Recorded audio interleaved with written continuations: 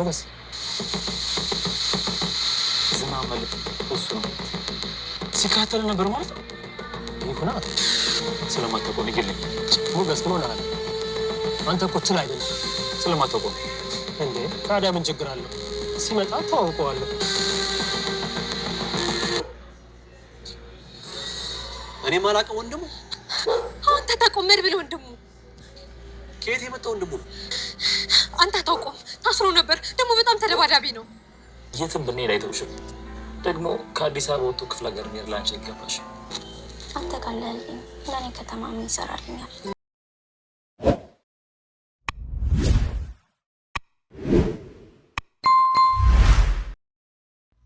የሞገስና የዝና ፍጥጫ እንግዲህ አሁንም እንደቀጠለ ነው ያለው ማለት ነው። እሱም መከታተሉን አልቆመም ማለት ነው።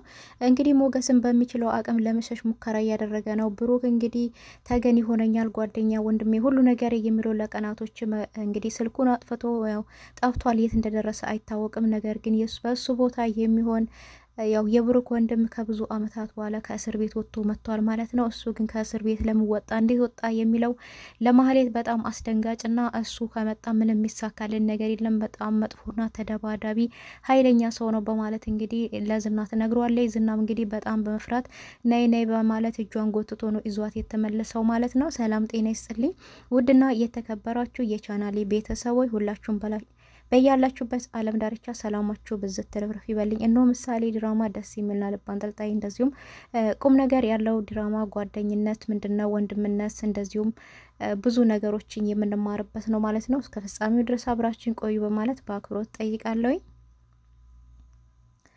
እንግዲህ ብሩክ እንደጠፋ ያው ቀናቶችን አስቆጥሯል።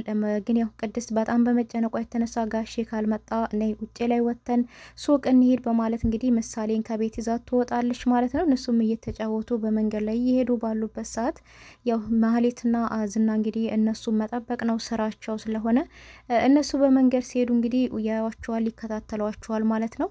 ቅድስትም እነሱን ስታይ በጣም ትደነግጥና እንግዲህ እንዳትጠጉኝ ለፖሊስ ደውላለው፣ በህግ አምላክ እንዳትጠጉኝ ማለት እንግዲህ ምሳሌ ወደ ከጀርባ በኋላ ትሸሽጋታለች ማለት ነው። እነሱም እንግዲህ አንለቃቸውም። እነሱ እንዴት ቢደፍሩኝ ነው ሚስቴን አግተው ሚስቴን ለቀናቶች ደብቀውብኝ እነሱ እንደ ሰው ከተማ ውስጥ ተዝናንተው የሚሄዱት ማን ስለሆኑ ነው እያለ እንግዲህ ዝናም እያቅራራ ወደ እነሱ እየቀጠሉ ነበር። እንግዲህ በዛ መቅሰፍት ነው የብሩክ ወንድም ከብዙ አመታት በኋላ ከእስር ቤት ተፈቶ በዛ አካባቢ ሲሄድ እነሱ የሚያዩዋል። ቅድስትና ምሳሌም ግን በጣም ግራ በመጋባት ደንግጠው ቆመዋል ማለት ነው።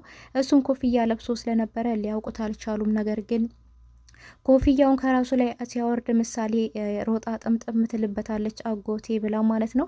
በዛን ሰዓት ነው እንግዲህ ማህሌትም እሱን ታዩና ይኸው ሰውየው መጥቷል፣ የብሩክ ወንድም መጥቷል በማለት ነው የነገረችው ለዝና ማለት ነው። እሱም እንዴ እኔ የማላውቀው ወንድም እንዴት መጣ ማን ነው እንዴት በማለት ነው ለሷ ጥያቄ ያቀረበላት። እንዴ አንተ ሞገስንና ብሩክን ከልጅነታችሁ ጀምሮ አውቃቸዋለሁ አላልክም ነበር እንዴ እንዴት የብሩክ ወንድም አታውቀውም ታዲያ ስትለው እንግዲህ እኔ ከሞገስ ጋር ነው እንጂ ያደግኩት ብሩክን አላውቀውም የሱ ጓደኛ ስለሆነ ብቻ ነው እሱን ያወቅኩት በማለት ነው የመለሰለት። እሷም ስለዚህ ከዚህ መጥፋት አለብን ሰውየው በጣም መጥፎ ሰው ነው ስትል እንግዲህ ብቻውን መሸሽ አልፈለገም። እሷንም እጇን ይዞ ነይ ቤት ተመለሽ በማለት ነው እንግዲህ ይዟት የተመለሰው ማለት ነው።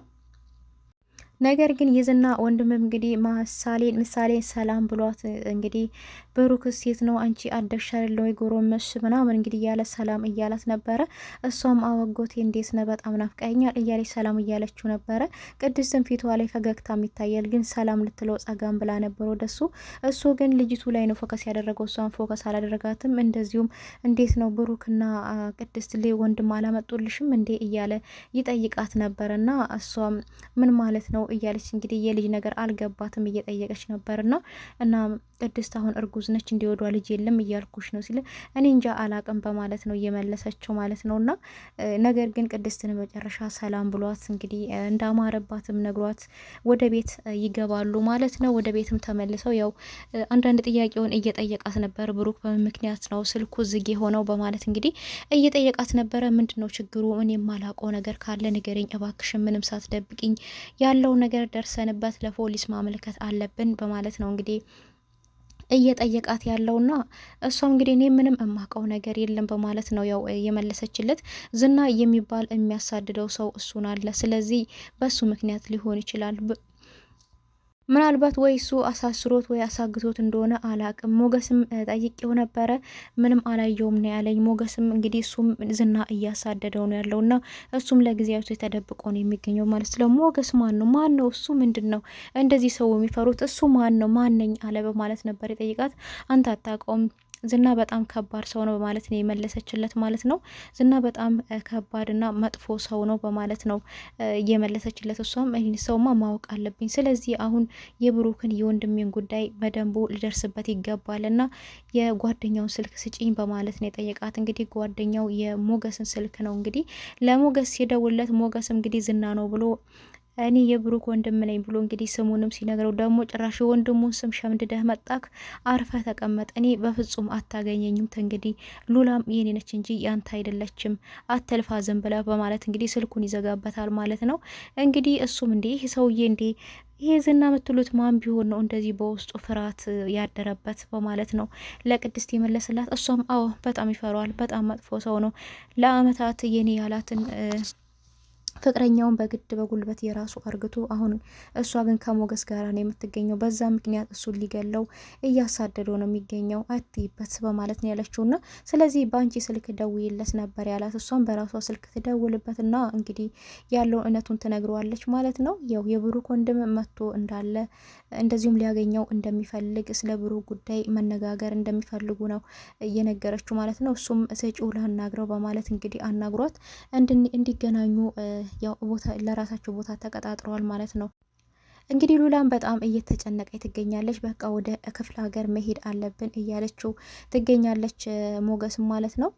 ሞገስም እንዴት ነው ዝም ብለን ክፍለ ሀገር የምንሄደው? እኔ ብሩክን ይቅርታ መጠየቅ አለብኝ ከመሄዴ በፊት ብሩክን በጣም አስቀይሜዋለሁ፣ ስለሆነ እሱን ይቅርታ ጠይቄ የእሱን ይቅርታ ተቀብዬ የእሱ መስተካከል ያለባቸው ነገሮች ካሉም እንዲስተካከሉ አግዤው ነው የሚሄደው እንጂ እንደዚህ ዝም ብዬው አልሄድም። ታገሽኝ ትንሽ ቀን፣ አንቺን የመሰለች ልጅ ደግሞ እንዴት ነው ክፍለ ሀገር እዥሽ የሚሄደው በማለት ነው ያላት። እና እሷም እኔ ችግር የለውም ክፍለ ሀገር ይቅርና የትም ይሁን አንተ ካለህ እኔ ምንም ደስተኛ ነኝ በማለት ነው ያለችውና በጣም እየጨነቀኝ ነው በጣም እየፈራው ነው ያለችውና ማለት ነው። እሱም ምንድነው የሚያስጨንቀሽ ምንድነው የሚያስፈራሽ ሲላትም ያሳለፍኩት ህይወቴ ከዝና ጋራ ያሳለፍኩት የአስፈሪና አሰቃቂ ህይወት አሁንም እያስፈራኝ ነው እንዳልደግመው ብዬ እያለች ስትለው እንግዲህ እሱም ትንሽ ቀን ነው እንሄዳለን ክፍለ ሀገርም ሄደን ደግሞ እዛ መዝለቅ አንችልም ነገሮች እሱ እስከሚረሳ ድረስ እንግዲህ ዞር ማለት አለብን በማለት ትለዋለች። እስከ መቼ ድረስ እንግዲህ ቢላትም የራሱን ህይወት እስከሚጀምር እስከሚረሳኝ ድረስ በማለት ነው ሉላ የወሰነችው። እንግዲህ እዚህ ጋር እንደምንመለከተው ሉላ ለዝና ምንም አይነት ፍቅር የላትም፣ ምንም ነገር ከሱ ጋር መኖር አትፈልግም ማለት ነውና እንግዲህ ከሞገስ ጋር ያለውን ፍቅር ዘላቂ ያርግልሽ እንላታለን ማለት ነው። እንግዲህ እንደዚሁም መሀሌትም እሷ እኮ ከሞገስ ጋራ እየማገጠች እኮ ነው አንተን አስተኝታ አንተን ታቅፋ ተኝታ እኮ እሱን ነው የምታስበው ከድሮም። ስለዚህ እሷ ከሱ ጋር አለሟን እየቀጨች ነው፣ አንተ ግን ዝም ብለክ እሷኑ ነው የምትፈልገው ብትለው እና ምን ላርግ እንዴት አድርጊ ነው የምትይኝ ታዲያ?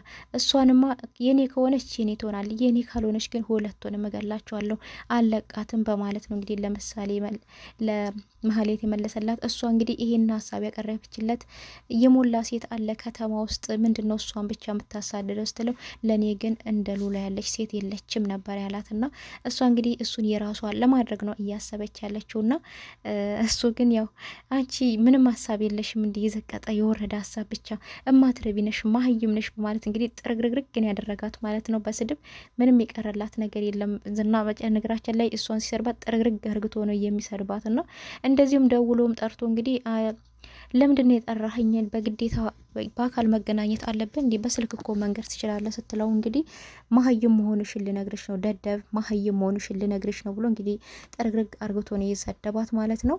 እንደዚሁም እንግዲህ ሌላ ሲስተም እንደሚፈጥሩ ይሄ እየሰሩበት እየሄዱበት ያሉት መንገድ ትክክል እንዳልሆነና በሌላ መንገድ እሷ ማግኘት እንደሚችሉ ነው ሌላ አዲስ ነገር ደግሞ እየፈጠረ ነው ማለት ነው። እንግዲህ አቶ ዝና የተሸነፈ ይመስላል። እንደዚሁም እንግዲህ ሞገስና የብሩክ ወንድምም ተገናኝተው ነበረ።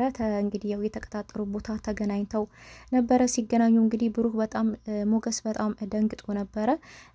ሌላ ሰው ነው የመጣብኝ ብሎ ነው እንግዲህ የተደናገጠው። እሱም እንዲህ ምን ሆነ አትፍራ እኔ ነኝ አይዞ በማለት ነው ሰላም ያለው። እንግዲህ ፍቅራቸውን ተገላልጠው አረጀክ ተመለጥክ ምናምን ተባብሎ እንግዲህ ብሩክ እንደ በፊቱ አይደለም፣ ሞገስ እንደ በፊቱ አይደለም። ያው ሀብቱን ተገፏል፣ ብዙ ነገር ሞገሱን ነው የገፈፉት ማለት ነው። ማህሌትና ዝና ብዙ ድንጋጤ ያለበት እንግዲህ የብሩክ ወንድምም ልጋብዝህ እያለው ነበረ። እሱም ችግር የለውም እኔ ጋብዝሃለሁ ይሏል። እሱም ግን ገንዘብ የለኝም ከእስር ቤት ነው የወጣው፣ ከስልኬ ላይ ትራንስፈር አድርግልሃለሁ አንተ አውጥተህ ትሰጠኛለህ በማለት ነው ያለው። እሱም እሺ ችግር የለውም በቃ ግን የጓደኛዬ ነው ብሎ ይለዋል ማለት ነው። ሞባይል ባንኩ እሱ ጓደኛ ማ ሲለው ሉላ ነው ያለው። ከብራችሁ ናችሁ እንዴ? አብረን ያለ ነው ብቻ ከባድ ሁኔታ ውስጥ ነን ያለ ነው በማለት እንግዲህ ያሉበትን ሁኔታዎች ለሱ ያስረዳዋል። እንደዚሁም በቃ ወደ ባንክ እንሄድና ብር አውጥተን ወደ ምግብ ቤት ሄደን ሆቴል ሄደን ጋብዛለሁ በማለት ባንክ ሄደው ወዲያውኑ ብር እንዳወጡ እንግዲህ የባንኩ ብር አውጥቶ የሰጣቸው እንግዲህ ተከታታይልኝ ብሎ ዝና ቀጥሮት ነበር። ወዲያውኑ ደውሎ ሰላም ነው ስለው ለሰላምታ ጊዜ የለኝም ሞገስ አሁን መጥቶ ከሉላ አካውንት ላይ ብር አውጥቶ ሄደው ቶሎ ደረሰባቸው በማለት ይለዋል። እሱም እዛው አካባቢ ነበረ። እንግዲህ እነሱ እየሄዱ ያሉ እሱም መከታተል ጀመረ። ያው እነሱ ሁለቱ እየሄዱ ያው በቃ ሆቴል ከመግባታችን በፊት ከጫጫታ ውስጥ እስቲ አዲስ አየር እንቀበል ብለው እንግዲህ እዚያ የምታዩበት መናፈሻ ቦታ ቁጭ ብለው አንዳንድ ነገሮችን እየተጨዋወቱ ነበረ። በመሀል ላይ ግን ሞገስ በጣም ይደናገጣል። አንድ ቦታ ላይ አይኑ ትኩር ብሎ ትቀራለች እና እንግዲህ አብሮ ያለው ጓደኛው ምን ሆነሃል እንዴ በማለት እንግዲህ ጠይቋል ማለት ነው። እሱም ዝና ይሄውና ሲለው ዝና በቃ እየተከታተለኝ ነው ማለት ነው ሲል እንዴ ዝና ማን ነው ምንድነው እሱ እንደዚህ አንተም የተፈራው ሲለው አንተ ዝናን አታውቀውም በጣም መጥፎ ሰው ነው ሲለው እንዴ ድሮ ታላወቅኩት አሁን አውቀዋለሁ ተደማን እንደሆነ አንተ ተረጋጋ ይለዋል ማለት ነው። እንዴ ተረጋጋ ትለኛለህ ይገለኛል ሲለው እንዴ አንተ ትልነህ እንዴ ዝም ብለህ የምትሞተው ይረጋጋ ተረጋጋ እስቲ ይምጣና እናነጋግረዋለን በማለት ያለው እንግዲህ አቶ ዝናም ያው እንደመጣ ቀጥታ ያው ራሱ ላይ ለመቆም ነው ሄደው ሞገስ ላይ ማለት ነው። ሞገስ ትንሽ አጠር ስለሚለችን እጥረቱን ተጠቅሞ ራሱ ላይ ሊረግጥ ነው ሀሳቡና ነገር ግን ያው እሱ እየገላገላቸው ይገኛል ማለት ነው። እንግዲህ ፍጥጫው እንደቀጠለ ነው ማለት ነው። እዚህ ጋር ወይ ይደባደባሉ። እኔ ሲመስለኝ እንግዲህ አሁን የብሩክ ወንድም ከእስር ቤት የወጣው እንግዲህ ኃይለኛ ነው፣ በጣም ተደባዳቢ ነው የሚሉ በጆሮአችን ላይ አልፏል፣ ሰምተናልም ደግሞ ማለት ነውና ያው እዚህ ጋር ሞገስን እንግዲህ በጣም ተደናግጧል ማለት ነው። ያደናገጠው እንግዲህ ሌላ ችግር ይፈጠራል ብሎ ነው። ምክንያቱም ልምታው ቢል ሊመታው ይችላል፣ ግን እሱ መታሱን የሆነ ነገር አደረገ ማለት እሱ ይታሰራል። ሉላ ደግሞ በአሁን ጊዜ ብቻዋን ትቀራለች ማለት ነው። ስለዚህ መደብደብ ካለበት ይደበደባል፣ መረገጥ ካለበት ይረገጣል እንጂ እጁን ሰንዝሮ መምታት አይችልም ሞገስ በአሁን ጊዜ ማለት ነው። እጁ ታስሯል። እጁን ያሰረችውም እንግዲህ ሉላ ናት ማለት ነውና እዚህ ጋር ምን የሚፈጠር ይመስላችኋል? እንግዲህ እኔ የራሴን ገመት ሳስቀምጥላችሁ ያው ዝናን እኔን ጀግና ነኝ እያለ እንግዲህ ጉራውን የሚነዛውን እዚህ ጋር አፈር ዱቄት ያደርጉታል፣ ወይ ሰው ደርሶ ይገላግላቸዋል፣ ወይ ይደበድቡታል። ከደበደበም የሚደበድበው የብሩክ ወንድም ነው እንግዲህ እስከሚያስገሳው እንግዲህ አፈር ዱቄት ሊያደርገው ይችላል፣ አይታወቅም። ይሄ የራሴ ግምት ነው ማለት ነው። ቀጣይ ቪዲዮ እንግዲህ ምን ተፈጠረ ምን ላይ ደረሱ የሚለውን በቀጣይ የምናየው ነው። በጣም አጓጊ ነው ማለት ነው። መጨረሻ ላይ ከቻልኩ ቪዲዮ አስገባላችኋለሁ ማለት ነው። ያው እንግዲህ ተፋጧል ፊት ለፊት ማለት ነው። እሱም ወዴት ነው እኔን አልፈ እሱ ጋር የምትሄደው እያለ ነው። ሉላም እንግዲህ ብቻዋን ነች ይመጣልኛል እያለች እየጠበቀችው ነውና ስለዚህ ሞገስ ደግሞ መደባደብ አይፈልግም በዚህን ሰዓት። እሱ ሀሳቡ የሚወዳትን ሉላን አሽሾ ከእሷ ጋር በሰላም በደስታ መኖር ነው የሚፈልገው ማለት ነው። በቀጣይ እንግዲህ ብሩክም የት እንደሄደ እናውቃለን ብዬ ተስፋ አደርጋለሁ። ስልኩን አጥፍቶ ጠፍቷል፣ ወይ ወንጀል ሰርቶ ታስሮ ነው፣ ወይ አሳስረውት ነው፣ ወይ ስልኩ ተሰርቆበት ነው፣ ወይ ታስሮ ይሆናል የሚል ግምት አለኝ። ምክንያቱም ልጁን ለማሳከም አደንዛዥ እጽ ሰጥተውት ነበረ ይባላል። በሱ ምክንያት እንግዲህ እነሱ የሰጡትን አደንዛዥ እጽ ቆሻሻ ውስጥ አዲስ አበባን የጣለው ይዞታ ደም ነው የሚባለው። እንግዲህ በዛ ምክንያት ተይዞ ታስሮ ሊሆን ይችላል። እሱ እንግዲህ በቀጣይ ቪዲዮ ላይ በስፋት እዤላችሁ መጣለሁ። እንግዲህ ብሩክ ምን ሆኖ ነው የት ሄዶ ነው የሚለው ማለት ነው። ለዛሬ በዚህ እሰናበታችኋለሁ። ሁላችሁንም ከልብ አመሰግናለሁ ውድ ቤተሰቦቼ። ባይ ባይ፣ ቸር ሰንብቱልኝ።